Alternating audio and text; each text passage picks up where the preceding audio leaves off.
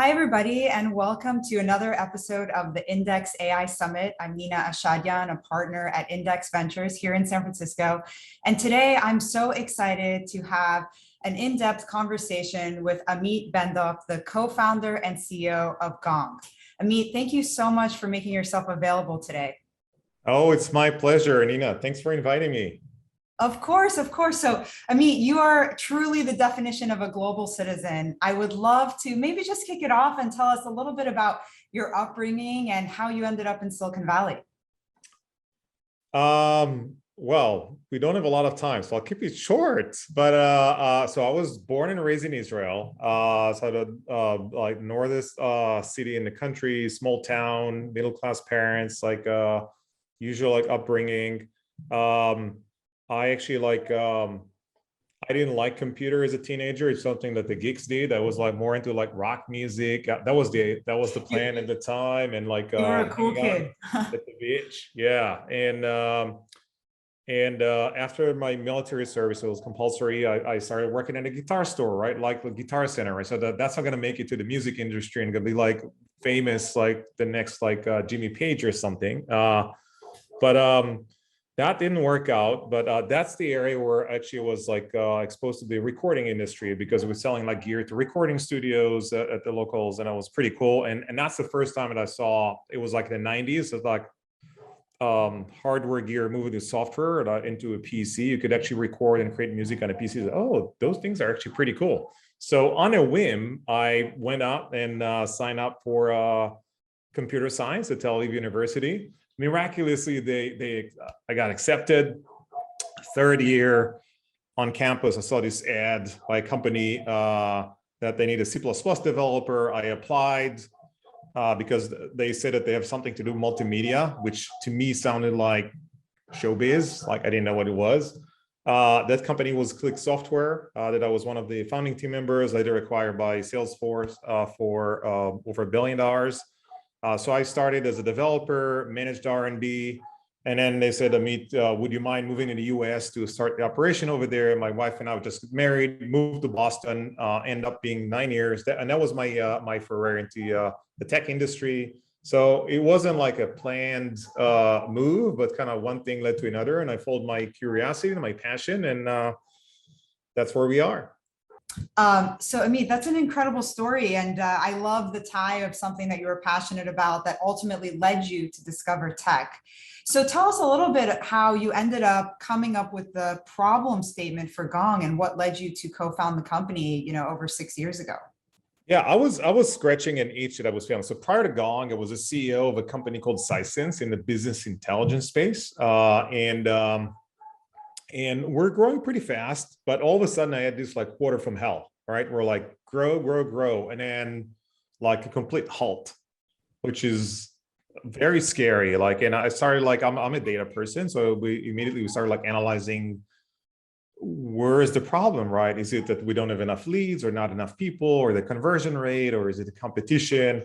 And the metrics were fine, but except for actual like we're not getting deals, we're losing customers. And I started asking people so for some color and some qualitative data, and I got like a bunch of opinions, and it was really hard to tell what's going on. And then it dawned on me that actually like we're getting all of our data from a CRM.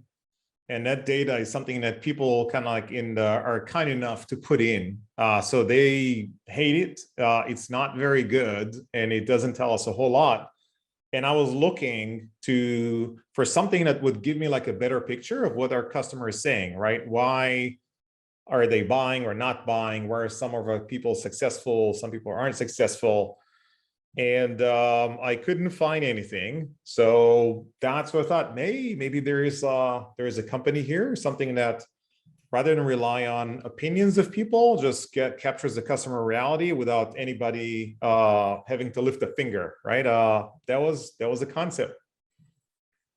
Amazing. And, I think one of the things that's so spectacular about what you've done is you've brought AI into a practical business application, right? For so long, we've been pitched the promise Right. of AI and, maybe in our consumer lives, with Siri and OK Google and things like that, Right. we've scratched the surface, but the majority of, I think, where AI has actually been useful is in very deep technical problems. And so tell me a little bit about how you were able to thread the needle of using cutting edge AI to actually make it something that impacts everyday business application. And in this case, specifically starting with salespeople. Right. So I'll go back to my story. First, like I started a company, Click Software, that was actually like a real AI company in the 90s, right? So we wrote the code like in Lisp, right? And it cracked like a pretty algorithmic, but at that time it was all hype, and then it disappeared. Like people weren't talking about AI for over a decade, right? But Gong, I do not consider it like an AI company, right? I started because I had a business problem, right? I was not, going from, oh, AI is hot right now. It's like deep learning and machine learning. What can we do with it, right? A lot of companies do. I actually came from the business problem that I knew like very well. I was very intimate with the personas, with how they're thinking. And then my co-founder, Elon, and I were starting to say, okay, what's the technology that's available today? What's the state of the art? What are the limitations?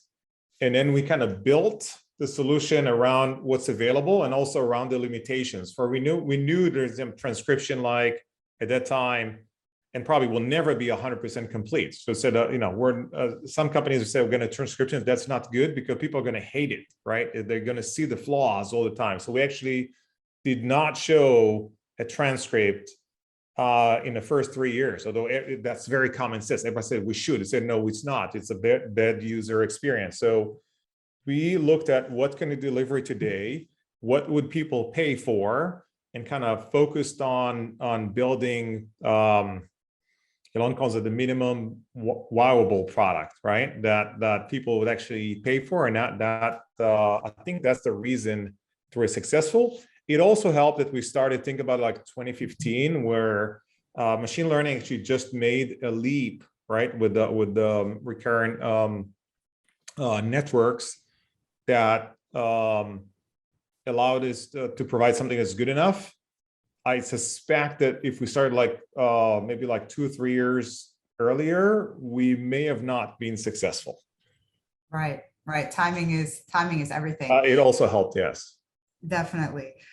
Well, tell us a little bit about how you have used AI in the background to then surface some incredible insights for not only salespeople, but heads of finance, product managers, marketers, etc., at your customers. Yeah. Gong we see as a strategic system for the company. It means like pretty much everybody in the company use it. So most of our customers, after they buy for the sales team, they roll out to the customer success team and post sales. That's like 70-80% of the users. Product people actually like depend on Gong to understand what customers want, right? If they what customers think, what do they need, what they like about us, what they like about competition. So they use it like pretty view. Before that, they had to rely on what the salespeople are telling them, which is again like is hard. It isn't very good, right? Marketing people use it to understand how their messages resonate with the audience, to get sometimes ideas. Often you want to use words that customers use, right, and not your own jargon. So that's like a fantastic source.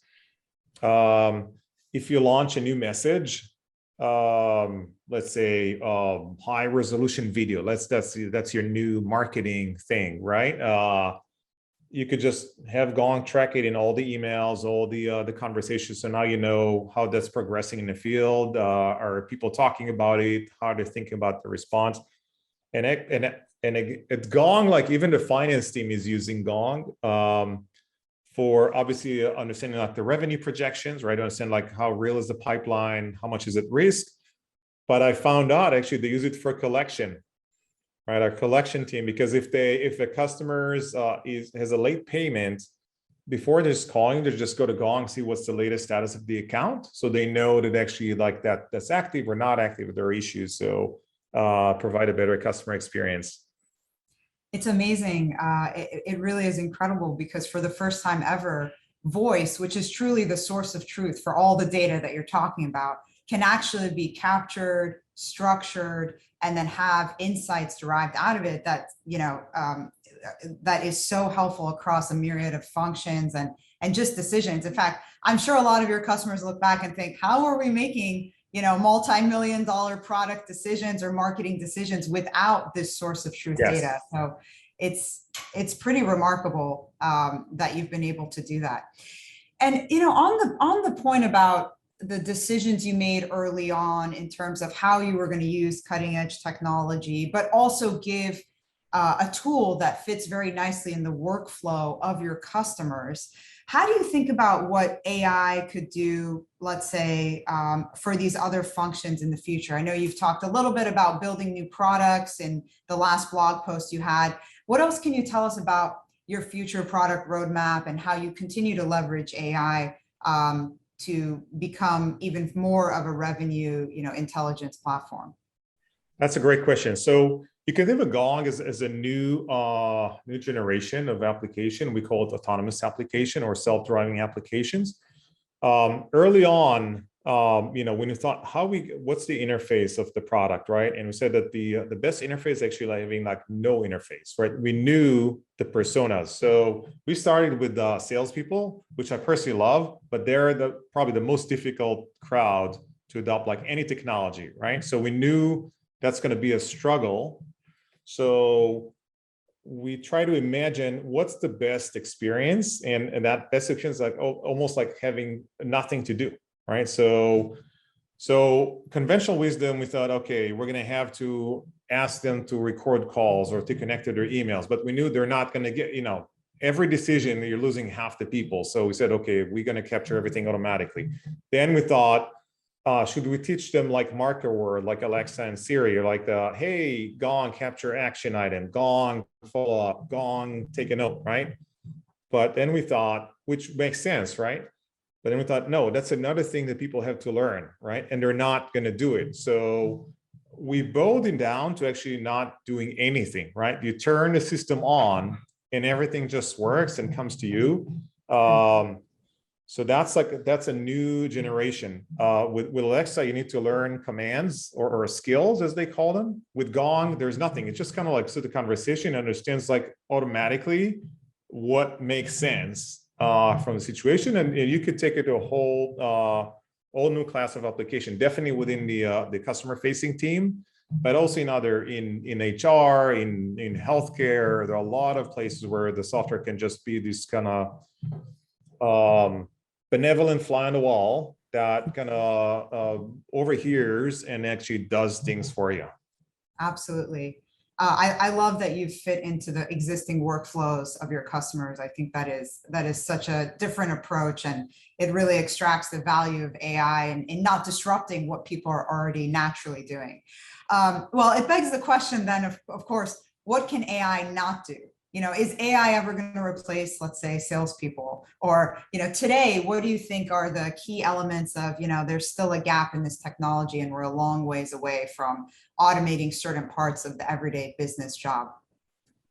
I don't think that AI can replace it. It can replace a lot of the stuff that people hate, that they hate doing, right? So, customer facing spend about half of the time doing administrative work, like updating records, updating manager, following up, there a meeting, sorting lists, sifting through the data. That's the stuff that they'll be willing to pay out of their own pockets, like if technology could make it go away, right? So absolutely, that's a direction for us to actually automate the stuff that nobody loves doing. So I think you could definitely shave half, which is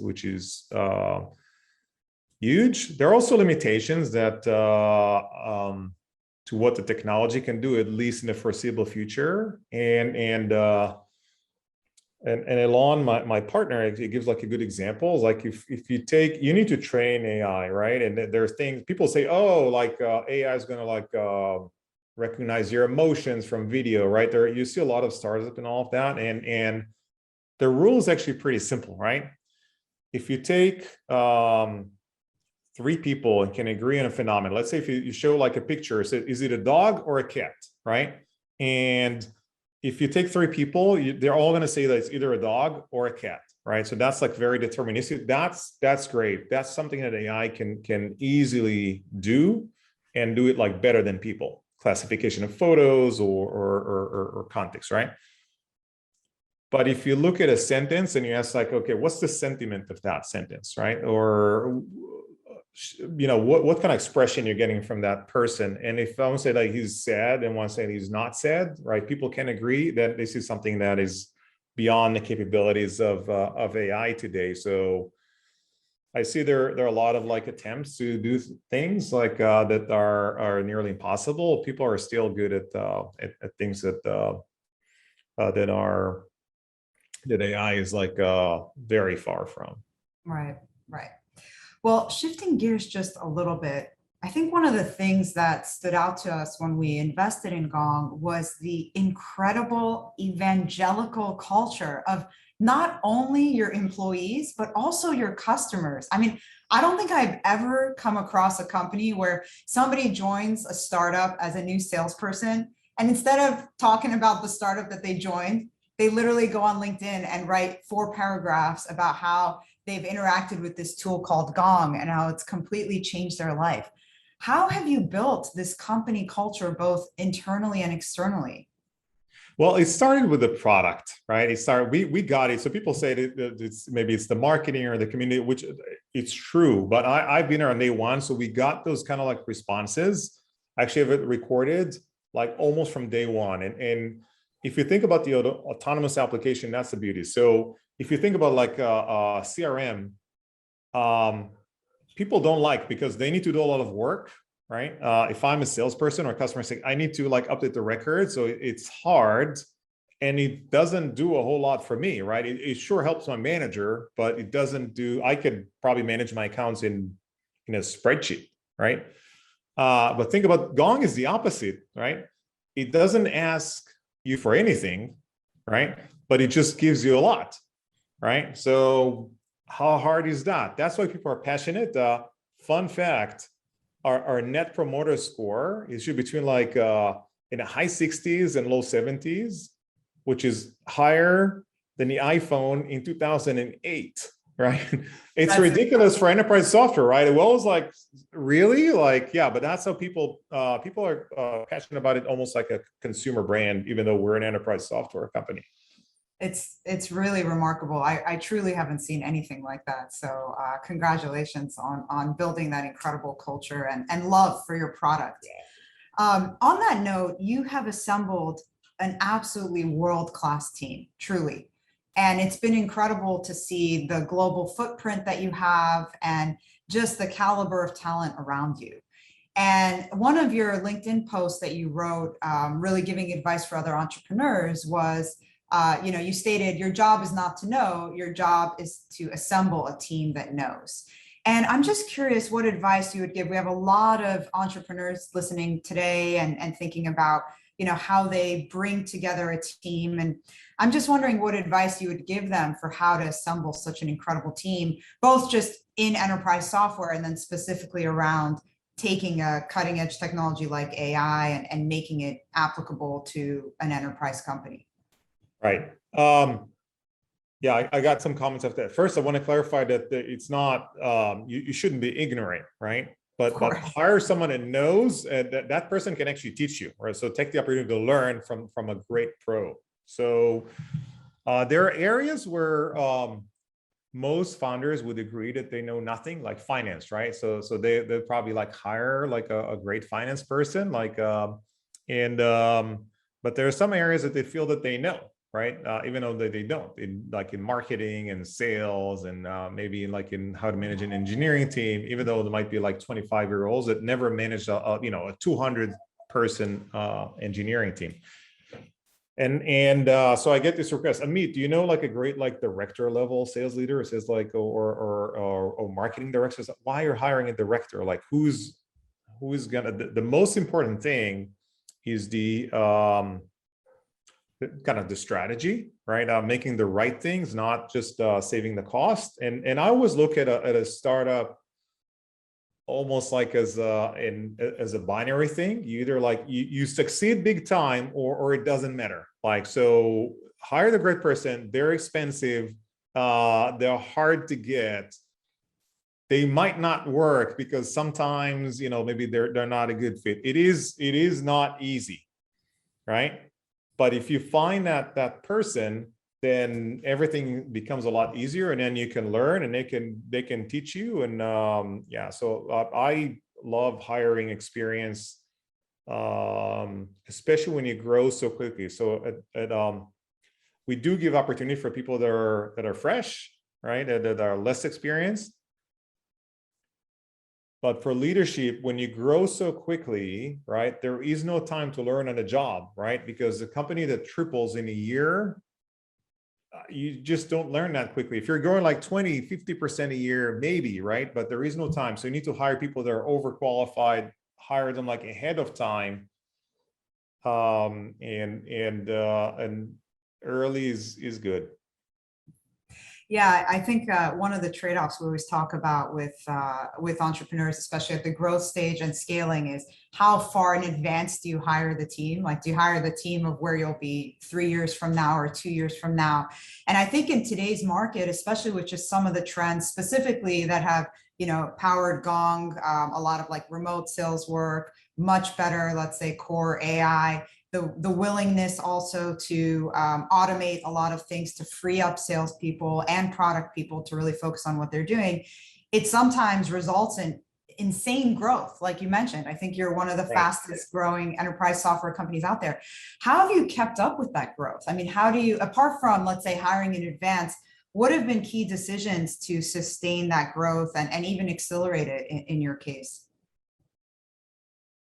So I think we spoke about the team building. It's important to have like a leadership that is strong and can offload a lot of the stuff. So that I've been blessed with a team that actually does an amazing job, and I can really focus on team building and company strategy. We try to keep like everybody informed in the company and what's going on, so people can make independent decision. We try to hire well, even like until, you know, I think for 3 years I was still like interviewing like everybody in the company. Doesn't mean if they're like an office manager or a janitor or a QA person, like every person, just to make sure that we have like a great initial core team. We codified our operating principles. People call it culture. We look at more like things that aren't obvious, right? It's not like, you know, be nice or humble or a sport, right? But there are things that are not obvious, like you know, one of our operating principles, like no sugar, right? It's like if there are problems, we want to know about them, like very factual, like tell us quick what's wrong so we can fix it together, right? You don't need to worry about anything, right? You could build a perfectly good company with lots of sugar, right? It's like, it's not. So we made those binary decisions like pretty clear early on, and I think that we made strategic decisions. So we started Gong like kind of like very optimistic, and we find actually like there are companies that are doing similar things like prior to Gong, and we knew that we have to like break away, right? So we made like the right calls, that we want to be like the best product, and you know, we do not want to compete on price, we do not want to be in a neck to neck, and we did like the right product and go to market calls to break away and try to leave everybody way behind. Yeah, I think one of the things that stood out when we were doing our diligence was just your commitment to being the highest value in terms of insights versus just, let's say, sales training. And that was a huge differentiation. And I think that's paid incredible dividends, because at the end of the day, the insights is what permeates so many cross-functional teams, right? versus, Right. let's say, just sales training. And to be frank, that's where really you get the leverage of AI. That's where really you can Right. extract a lot of those insights. And so it seems like that's been the right bet to have made. Right. Right. Right. Yeah.